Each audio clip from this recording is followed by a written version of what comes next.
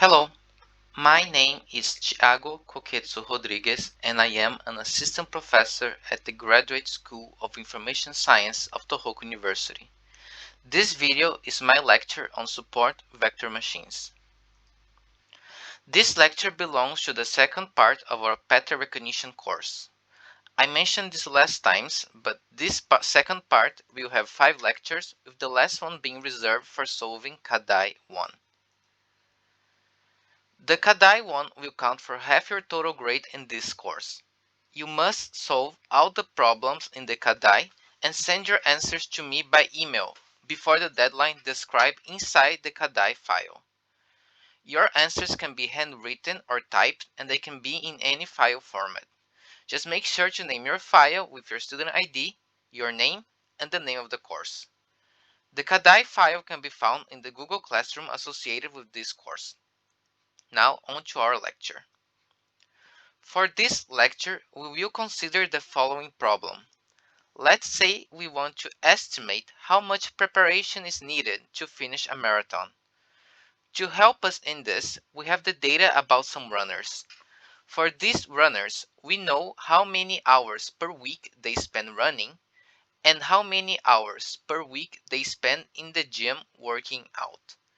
We also know whether those runners are able to run a marathon. As we did in some of our previous lectures, we can imagine this problem as a graph. Each feature will be a dimension. So the graph will be hours spent running by hours spent in the gym. Our goal is dividing the graph into two areas: can finish a marathon and cannot finish a marathon. So take a look at this graph. As mentioned before, the vertical axis is how many hours are spent in a week working out in the gym. The horizontal axis is how many hours are spent running per week. Each point corresponds to one runner, and their coordinates represent their exercise routine.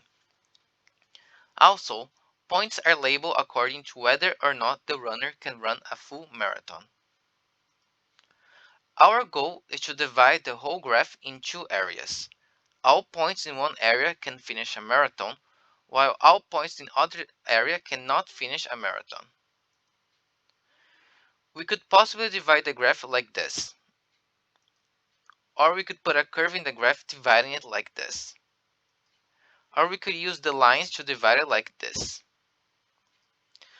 All these possibilities divide the graph in two areas, and in all of them, our known elements are divided well.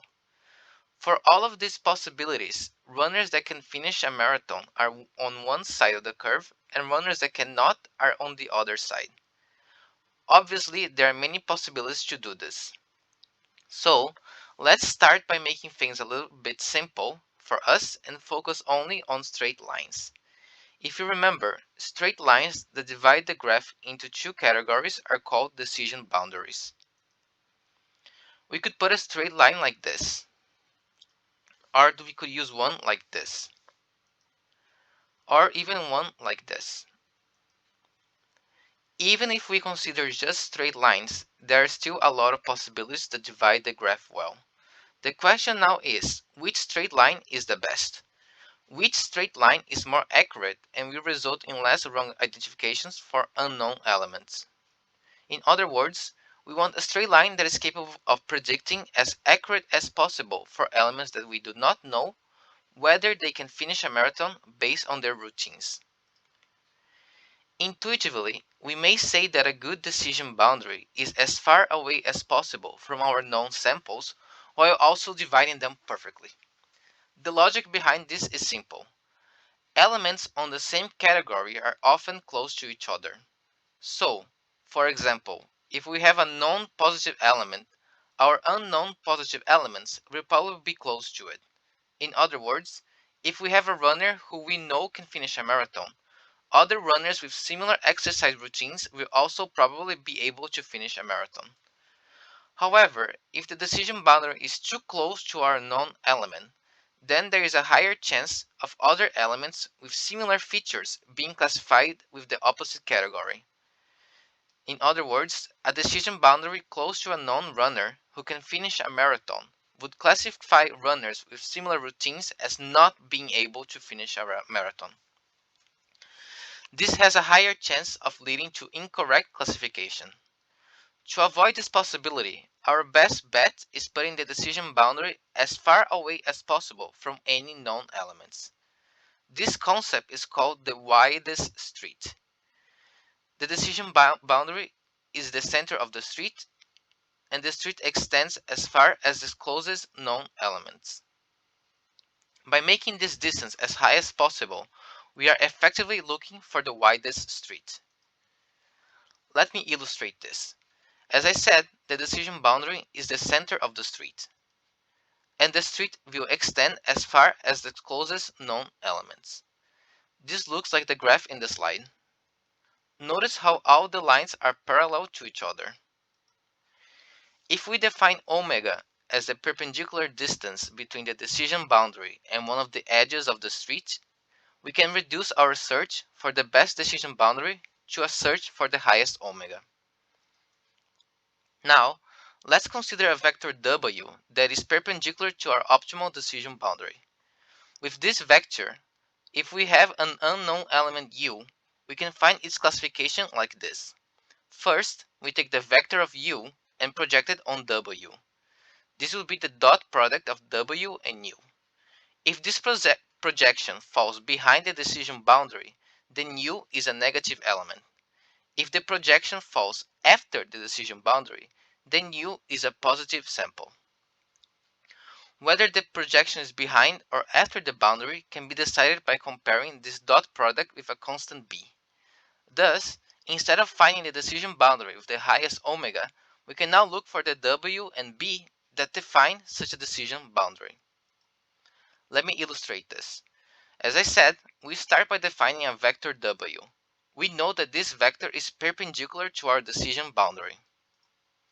Then, let's say we have an unknown element u. We do not know if u is positive or negative, and we want to estimate based on our decision boundary. To do this, first we represent u through a vector.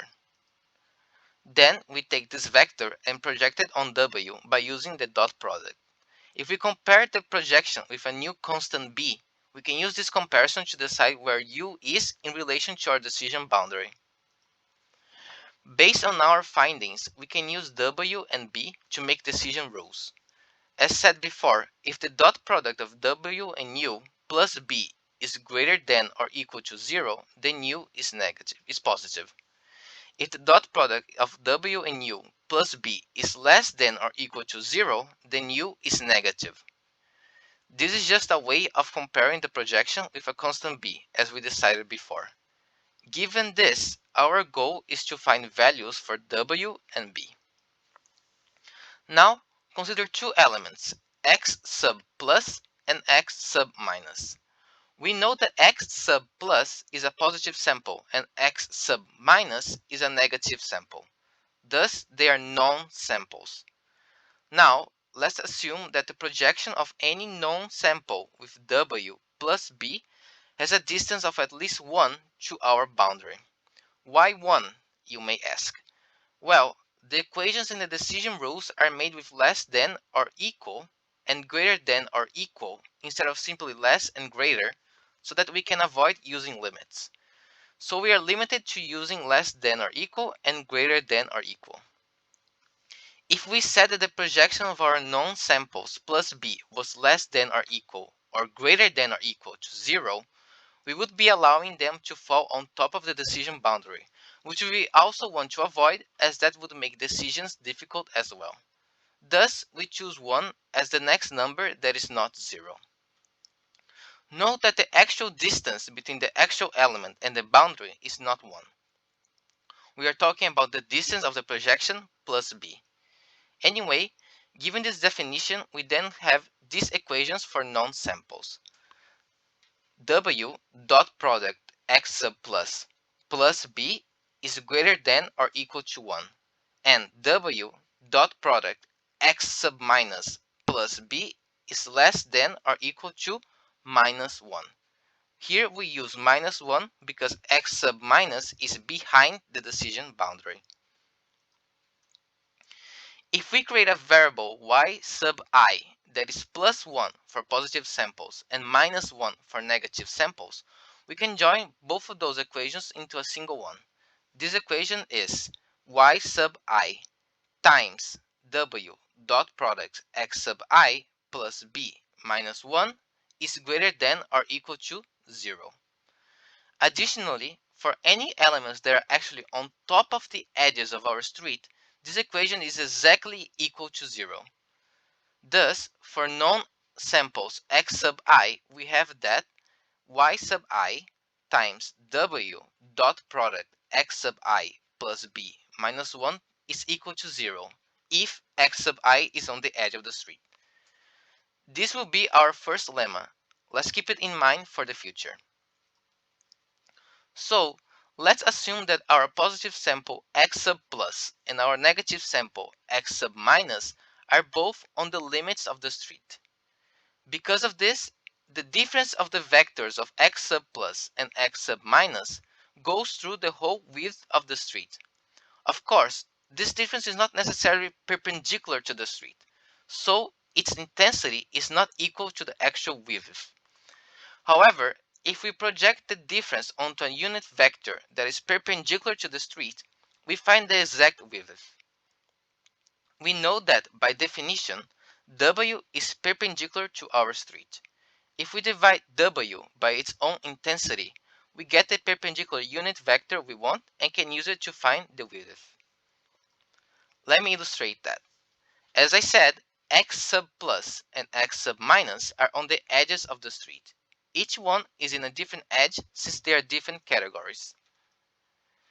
The difference of both vectors is a vector that goes from one element to the other. This means a vector that crosses the whole street. But, as I said, this difference is not perpendicular to the street. In order to get the actual width, which is 2 omega, we have to project this difference onto a perpendicular unit vector. This is the same as doing this. X sub plus minus x sub minus times W divided by the intensity of W is equal to 2 omega.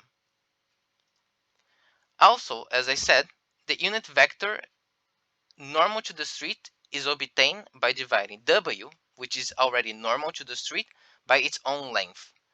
Through this equation, we can find the width of our street. We will call this our second lemma and keep it in our mind for later. So, from lemma 1, we have that y sub I times W dot product x sub I plus b minus 1 is equal to 0.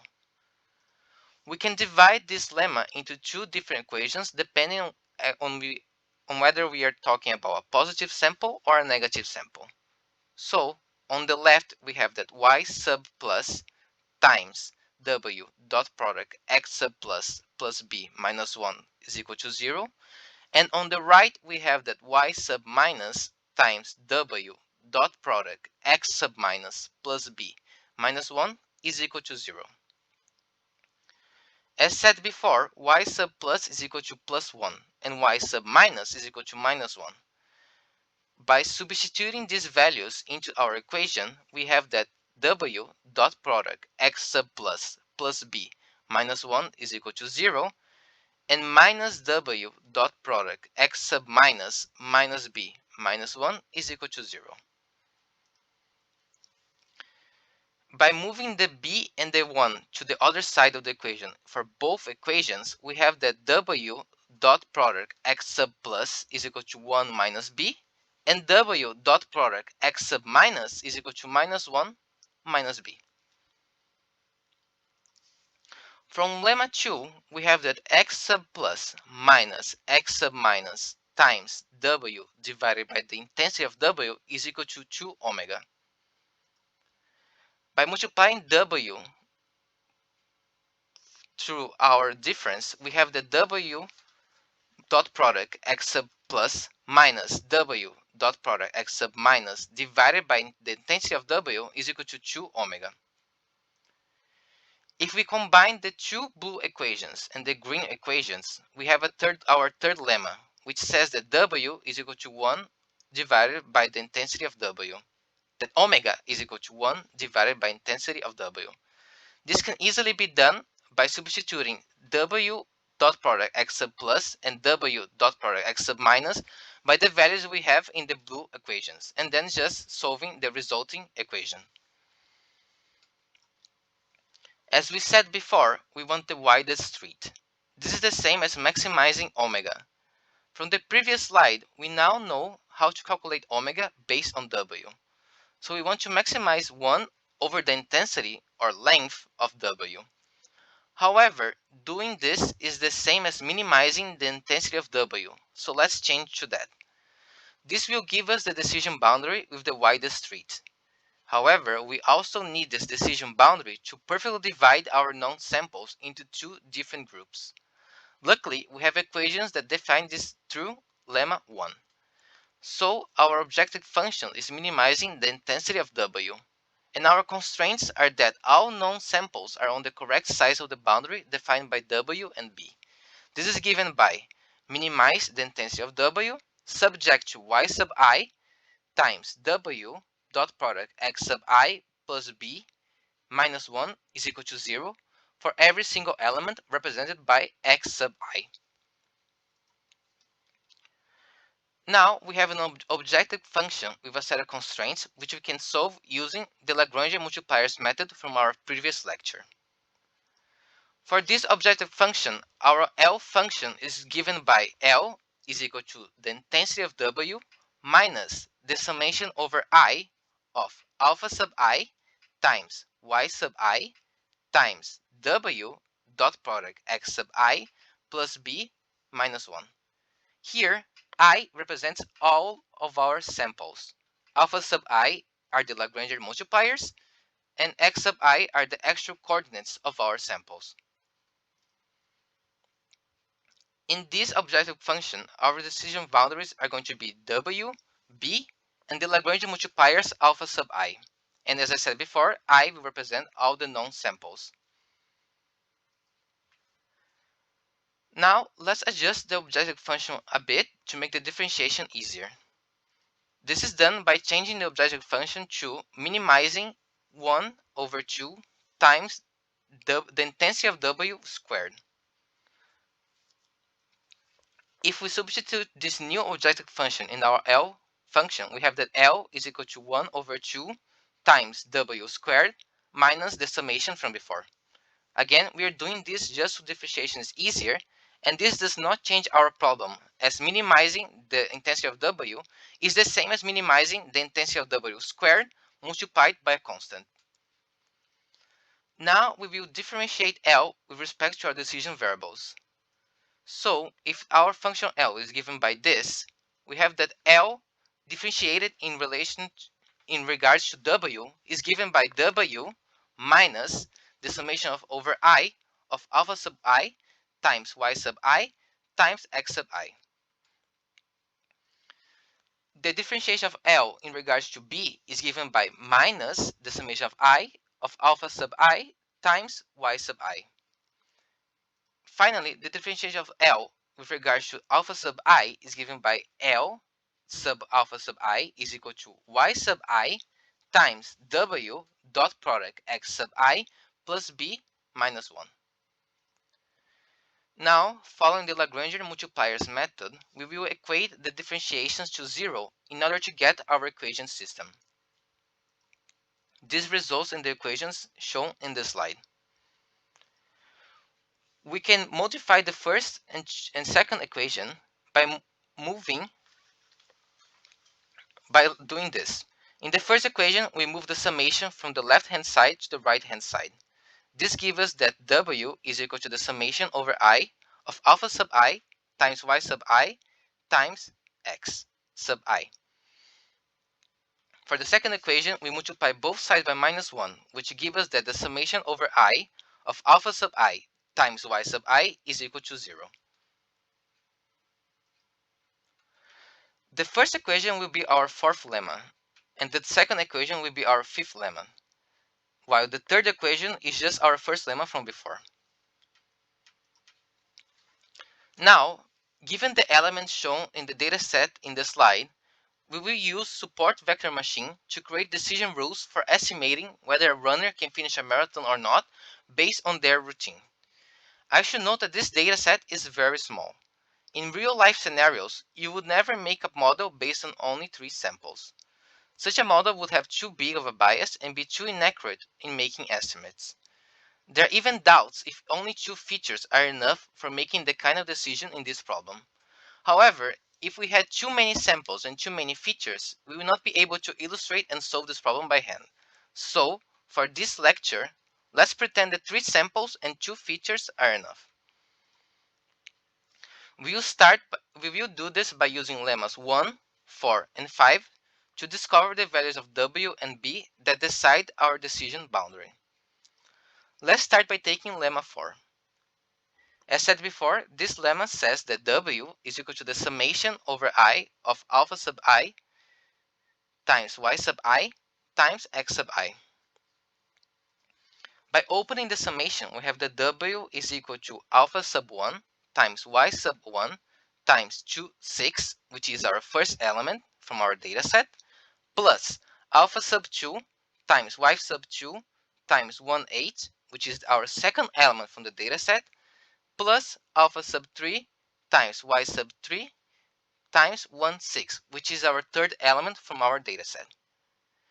By definition, we know that y sub 1, y sub 2, and y sub 3 are equal to plus 1 or minus 1, depending on not the corresponding runner can finish the marathon or not. So we can substitute those values like this. By doing this, we have that y sub 1 is equal to 1 because runner 1 can finish the marathon. Y sub 2 is also equal to 1 because runner 2 can finish the marathon. And y sub 3 is equal to minus 1 because runner 3 cannot finish the marathon. This means that w is equal to alpha sub 1 times 2, 6 plus alpha sub 2 times 1, 8 plus alpha sub 3 times minus 1 times 1, 6. We can remove the multiplied by the plus 1 and minus 1, which will give us that w is equal to alpha sub 1 times 2, 6 plus alpha sub 2 times 1, 8 minus alpha sub 3 times 1, 6. By doing the multiplication, we have that w is equal to 2 alpha 1, 6 alpha 1 plus alpha 2, 8 alpha 2 minus alpha 3, 6 alpha 3. Finally, if we add all the elements of each dimension, we have that w is equal to 2 alpha 1 plus alpha 2 minus alpha 3, 6 alpha 1 plus 8 alpha 2 minus 6 alpha 3. Let's save this as our red equation. Now let's move on to lemma 5. This lemma says that the summation over I of alpha sub I times y sub I is equal to 0. By opening the summation, we have that alpha sub 1 times y sub 1 plus alpha sub 2 times y sub 2 plus alpha sub 3 times y sub 3 is equal to 0. Since we already know the values of y sub 1, y sub 2, and y sub 3, we can replace them in the equation, which gives us that alpha sub 1 times 1 plus alpha sub 2 times 1 plus alpha sub 3 times minus 1 is equal to 0, which means that alpha sub 1 plus alpha sub 2 minus alpha sub 3 is equal to 0. By isolating alpha sub 3, we have that alpha sub 3 is equal to alpha sub 1 plus alpha sub 2. Let's save this as our green equation. By combining our red equation and our green equation, we can remove alpha sub 3 from our representation of w. So by doing this, we have that w is equal to 2 alpha sub 1 plus alpha sub 2 minus alpha sub 1 plus alpha sub 2 and 6 alpha sub 1 plus 8 alpha sub 2 minus 6 alpha sub 1 plus alpha sub 2. By solving these equations, we have that w is equal to alpha sub 1, 2 alpha sub 2. Let's save this as our new red equation. Now we will move on to lemma 1. You can see that lemma 1 is actually 3 different equations, one for each of our runners in our dataset.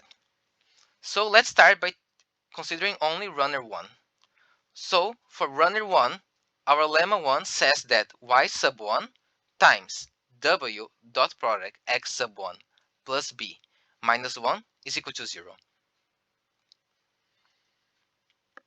However, we already know that y sub 1 is equal to 1. And we know that w from our red equation is equal to alpha sub 1 to alpha sub 2. Finally, our data set says that x sub 1 is 2, 6. So we replace these values in our equation. By multiplying everything by 1, that's outside the parentheses, and then doing the dot product, we have that 2 alpha sub 1 plus 12 alpha sub 2 plus b minus 1 is equal to 0. The dot product is done easily by multiplying elements in the same dimension and adding up those products. By going this equation to the next step, we have that alpha sub 1 is equal to 1 minus 12 alpha sub 2 minus b divided by 2. Let's save this as our blue equation. As we did before, let's use our blue equation and replace it inside our red equation, so we can remove alpha sub 1 and have w just in terms of alpha sub 2 and b. By doing this, we have that w is equal to 1 minus 12 alpha sub 2 minus b over 2 and 2 alpha sub 2. This will be our new red equation. Let's now apply lemma 1 to our second runner, the runner 2. So we start with y sub 2 times w times x sub 2 plus b minus 1 equals to 0. Again, we already know the values of y sub 2 and x sub 2. This comes from our dataset. We will also replace the value of w by our red equation. By doing this, we have that 1 times 1 minus 12 alpha sub 2 minus b over 2 and 2 alpha sub 2 dot product 1, 8 plus b minus 1 is equal to 0. We can ignore the 1 outside the parentheses and then do the dot product, which leads us to 1 minus 12 alpha sub 2 minus b over 2 plus 16 alpha sub 2 plus b minus 1 is equal to 0. If we multiply both sides of the equation by 2, we have that 1 minus 12 alpha sub 2 minus b plus 32 alpha sub 2 minus 2b minus 2 is equal to 0. By going to the next step in this equation, we have that 20 alpha sub 2 plus b minus 1 is equal to 0, which means that alpha sub 2 is equal to 1 minus b over 20. This will be our purple equation. As we did before, we're going to replace the value of alpha sub 2 in our red equation by our purple equation. This will allow us to have w represented by only b, only in respect to b. By putting the purple equation inside the red equation, we have that w is equal to 1 minus 12 times 1 minus b over 20 minus b over 2 and 2 times 1 minus b over 20. This means that w is equal to 1 minus 3 minus 3b over 5 minus b over 2 and 1 minus b over 10. By going on in the equation, we have that w is equal to 5 minus 3 minus 3b minus 5b over 10 and 1 minus b over 10. If we simplify one step further, we have that w is equal to 2 minus 2b over 10 and 1 minus b over 10. This will be our new red equation. Finally, we will apply lemma 1 to our third and last runner. We start with y sub 3 times w dot product x sub 3 plus b minus 1 is equal to 0. As we did before, since we already know the values of y sub 3 and x sub 3, and we have our red equation for w, we're going to replace those values inside our equation. So we start by doing the dot product, which gives us that minus 1 times 2 minus 2b over 10 plus 6 minus 6b over 10 plus b minus 1 is equal to 0. By multiplying both sides of the equation by 10, we have that minus 1 times 2 minus 2b plus 6 minus 6b plus 10b minus 10 is equal to 0. If we multiply the minus 1 by what's inside the parentheses and then solve what's inside the parentheses, we have that minus 8 minus 2b minus 10 is equal to 0. Or, in other words, we have that b is equal to minus 9. Since now we have the value of b, we can finally find the coordinates of our vector w. By replacing b inside the right equation, we have this, and by solving this equation, we have that w is equal to 2, 1.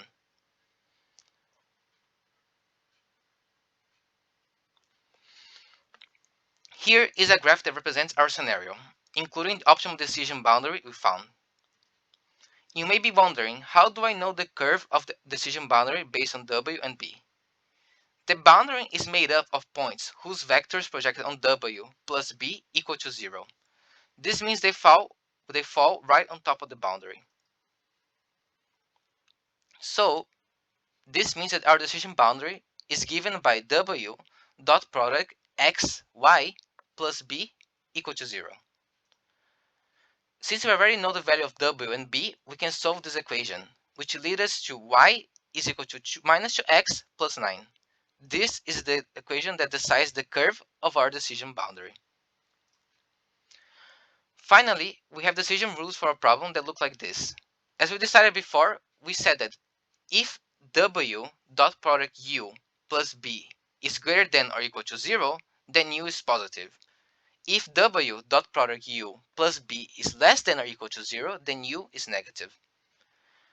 By using the values of 2 and 1 for w and minus 9 for b, we have that if 2, 1 times the routine of our runner minus 9 is greater than or equal to 0, then our runner can finish a marathon. If 2, 1 dot product the routine of our runner minus 9 is less than or equal to 0, then u does not finish the marathon. Here, z run and z gym are how many hours our sample u runs and works out per week.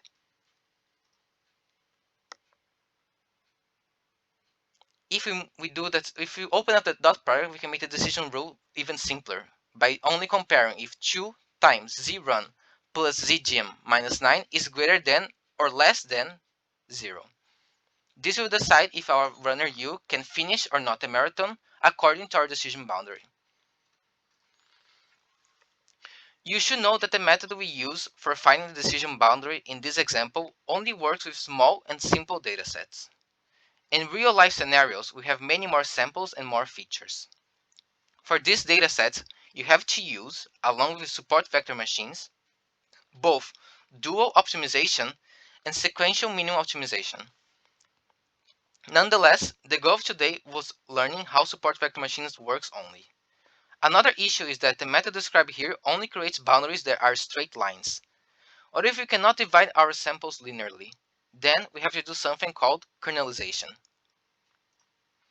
Consider the elements on this line. These are all elements with one single feature and are very categorized as positive or negative. As you can see, they cannot be divided by a single straight line. In these situations, we use kernelization to bring the elements to a new dimension. So we had dimension x for our single feature. Then we introduce a new dimension y for our kernel. Our chosen kernel in this situation is x squared. Thus, all elements get a new value based on our single feature. With this new kernel, we can now utilize support vector machine as before and find a line that divides both categories. This concludes our lecture on support vector machines. After seeing this presentation, you should be able to complete the fourth question of Kadai 1. I recommend you work on it as soon as you can. If you have any questions, please send me a message.